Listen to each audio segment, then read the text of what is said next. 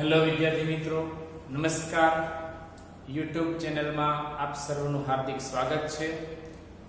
વિદ્યાર્થી મિત્રો, આપણે ધોરણ 11 અર્થશાસ્ત્રમાં પ્રકરણ નંબર 3 માંગ નો અભ્યાસ કરતા હતા, જેમાં આપણે અગાઉ માંગને અસર કરતા પરિબળો, માંગનો નિયમ અને માંગના નિયમના અપવાદો ની ચર્ચા કરી. ત્યારબાદ આપણે માંગમાં વિસ્તરણ અને સંકોચન, જે કિંમત સિવાયના પરિબળો યથાવત રહેતા માત્ર કિંમતનું પરિબળ ચલિત રહે ત્યારે માંગમાં જે ફેરફાર સર્જાય તેને માંગનું વિસ્તરણ અને સંકોચન કહેવામાં આવે. આપણે એ વિસ્તરણ અને સંકોચન સમજ્યા બાદ હવે બિલકુલ એનાથી ઉલટો ખ્યાલ માંગમાં વધારો અને ઘટાડો કેવી રીતે થશે. મેં તમને આગળના વિડીયોમાં જણાવ્યું તે મુજબ માંગમાં વિસ્તરણ અને સંકોચન તથા વધારો અને ઘટાડો બંને એક સરખા નથી.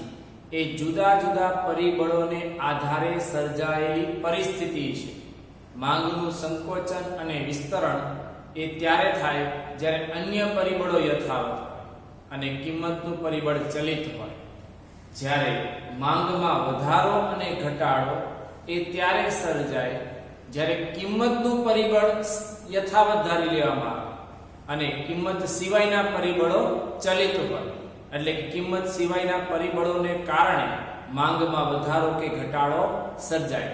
દાખલા તરીકે કિંમત એકની એક જ છે, પણ વ્યક્તિની આવક વધી જાય કે ઘટી જાય તો એ માંગમાં વધારો કે ઘટાડો કરે છે. તે બાબત અહીંયા આપણે સમજવાની છે.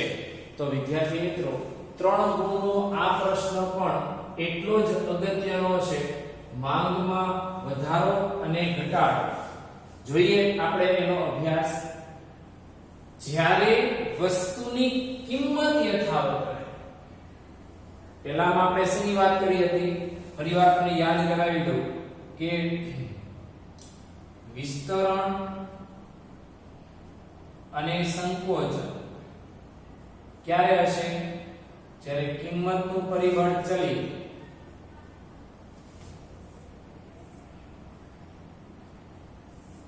અને અન્ય પરિબળો કેવા હોય? સ્થિર હોય. જ્યારે વધારો અને ઘટાડો,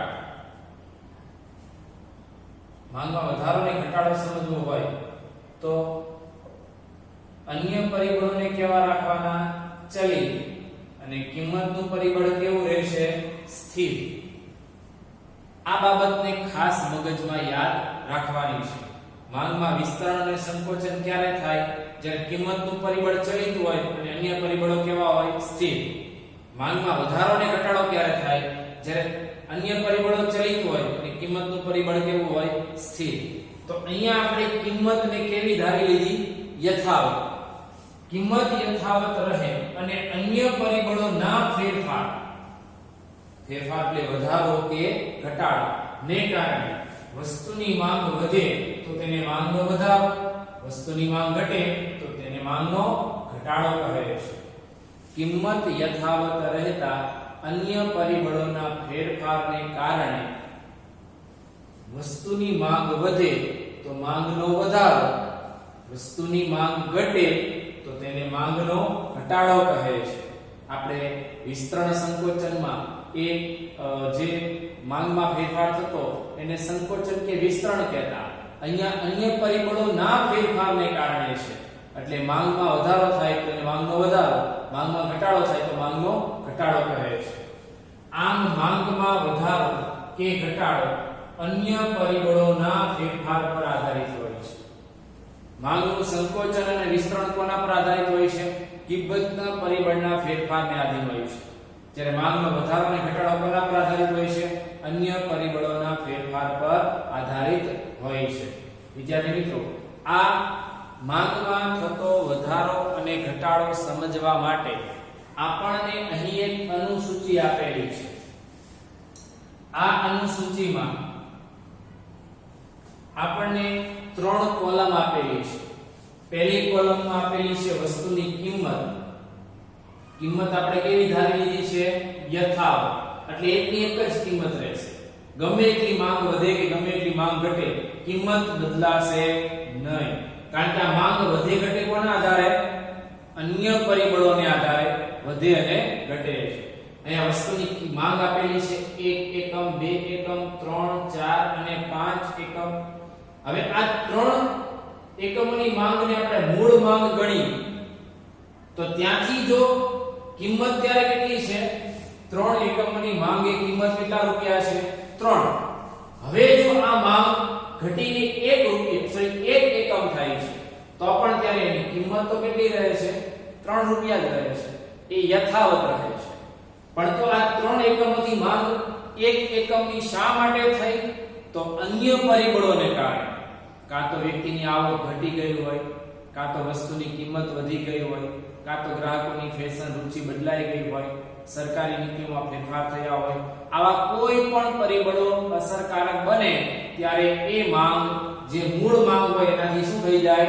ઘટી જાય. એટલે એને માંગનો ઘટાડો કહે છે. જ્યારે એના કરતા ઉલટું લઈએ, મૂળ 3 એકમોની માંગ હતી, 3 રૂપિયાની કિંમત છે. હવે જ્યારે માંગ 3 થી 5 થાય છે ત્યારે પણ કિંમત તો એની જ રહે છે. તો આ માંગ 3 થી 5 કેમ વધી? તો એનું કારણ પણ અન્ય પરિબળો છે. વ્યક્તિની આવક વધી ગઈ હોય, વસ્તુની કિંમતો ઘટી ગઈ હોય, ગ્રાહકોની ફેશન રુચિ આપણે પેદાશો તરફની હોય, તો ત્યારે માંગ 3 એકમોથી વધીને કેટલી થઈ જાય? 5 એકમોની થઈ જાય. એને માંગનો વધારો કહે છે. શું કહે છે? એને માંગનો વધારો. આ જ અનુસૂચિને આપણે આકૃતિમાં સમજીએ વિદ્યાર્થી મિત્રો, તો અહીંયા આપણે ઊભી ધરી OY અને આડી ધરી OX આપેલી છે. OX ધરી પર માંગ દર્શાવેલી છે 1 2 3 4 5 એકમ, અને ઊભી ધરી OY પર કિંમત આપેલી છે 1 2 3 4 5 રૂપિયા. અહીંયા તમને આજે દેખાય છે 3 રૂપિયાની કિંમતે આ લીટી સીધી કરેલી છે ને એ સ્થિર માંગ દર્શાવે છે. કારણ કે માંગ સ્થિર કિંમત દર્શાવે છે. એટલે કિંમત બદલાવાની નથી. તમે 1 એકમની ખરીદી કરો, 2 એકમની ખરીદી કરો, 3 એકમની ખરીદી કરો, 4 એકમની ખરીદી કરો, 5 એકમની ખરીદી કરો, બધામાં કિંમત એક સરખી જ રહે છે. એટલે અહીંયા જો આપણે વાત કરીએ તો મૂળ જે માંગ છે મેં તમને કીધું એ મુજબ એ 3 રૂપિયાની કિંમતે 3 એકમોની માંગ છે. આ મૂળ માંગ છે જેને આપણે A બિંદુમાં દર્શાવીએ છીએ. અને મૂળ માંગ નીચે માંગ રેખા છે અને D1 D1 રેખા કહીએ છીએ. D1 D1 રેખા એ મૂળ માંગ રેખા છે.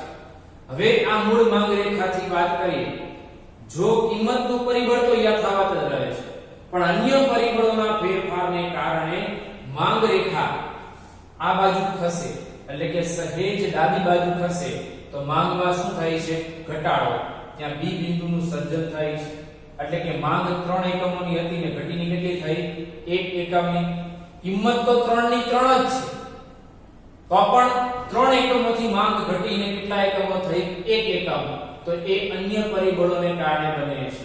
એટલે માંગમાં એને ઘટાડો કહેવાય. અને જે ડાબી તરફ ખસે છે એટલે ત્યાં બીજી માંગ રેખા તૈયાર થાય, D2 D2 માંગ રેખા તૈયાર થાય છે.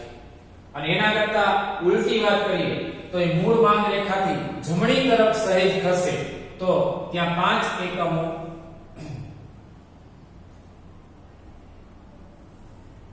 અહીંયા 5 એકમોની માંગ થાય છે.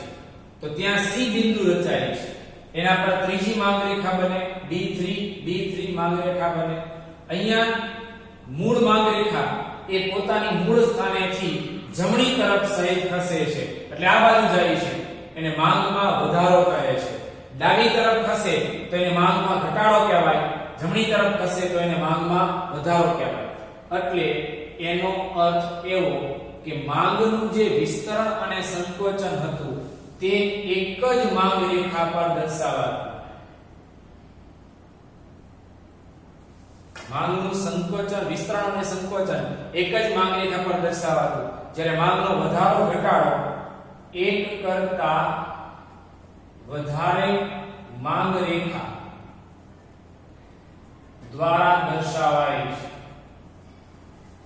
માંગમાં થતો વધારો ઘટાડો એક કરતા વધારે માંગ રેખા દ્વારા દર્શાવાય છે. અહીંયા આ માંગ રેખાની આકૃતિ છે. ત્રણ પ્રકારની માંગ રેખા બને છે: D1 D1, D2 D2, D3 D3.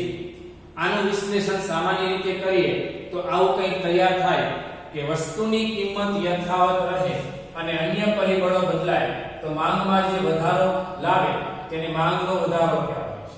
જેમ કે વસ્તુની કિંમત 3 રૂપિયા સ્થિર હોય અને અન્ય પરિબળો પ્રેરિત માંગ વધીને 3 એકમથી વધીને 5 એકમ થાય તો તે માંગનો વધારો છે. એટલે આ 3 એકમોની માંગ હતી ત્યાંથી 5 એકમો સુધી આવ્યું તો એને માંગનો વધારો કહેવાય છે. આકૃતિમાં મૂળ બિંદુ A એટલે આ મૂળ બિંદુ A છે જે માંગ રેખા D1 D1 પર છે, પરંતુ અન્ય પરિબળો આધારિત માંગ વધીને બિંદુ C એટલે કે D3 D3 થાય છે. એટલે કે A થી વધીને અહીંયા C એટલે આ D3 D3 આ D1 થી કઈ તરફ જાય છે? D3 D3 થાય તો તે માંગ રેખાનો જમણી તરફનું સ્થાન ફેર એ માંગનો વધારો દર્શાવે. એટલે માંગ રેખા જમણી તરફ સહેજ ખસે તો એ માંગનો વધારો છે, જ્યારે ડાબી બાજુ ખસે તો એ માંગનો ઘટાડો છે.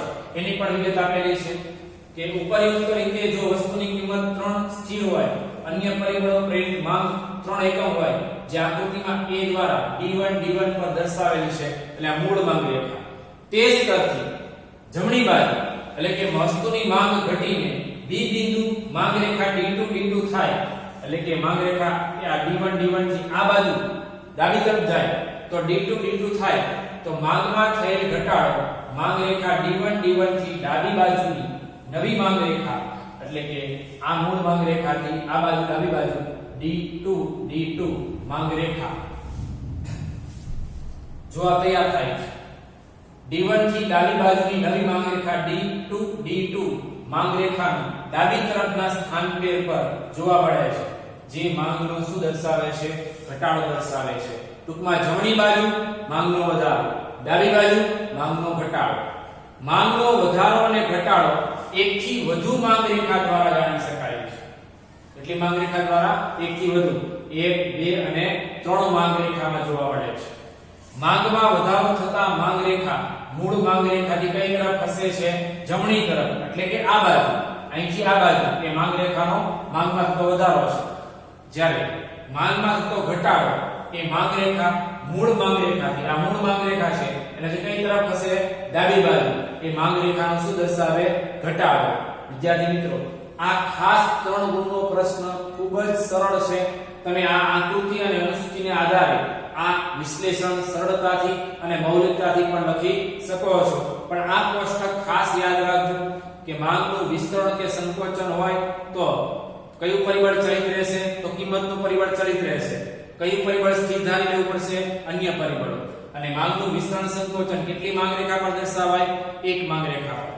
જ્યારે માંગનો વધારો ઘટાડો હોય તો એ માંગનો વધારો ઘટાડો સમયે ચલિત પરિબળ કયું રાખવાનું? અન્ય પરિબળ.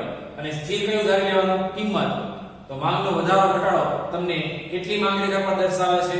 એક કરતા વધારે માંગ રેખા પર તમને માંગનો વધારો ઘટાડો જોવા મળે છે.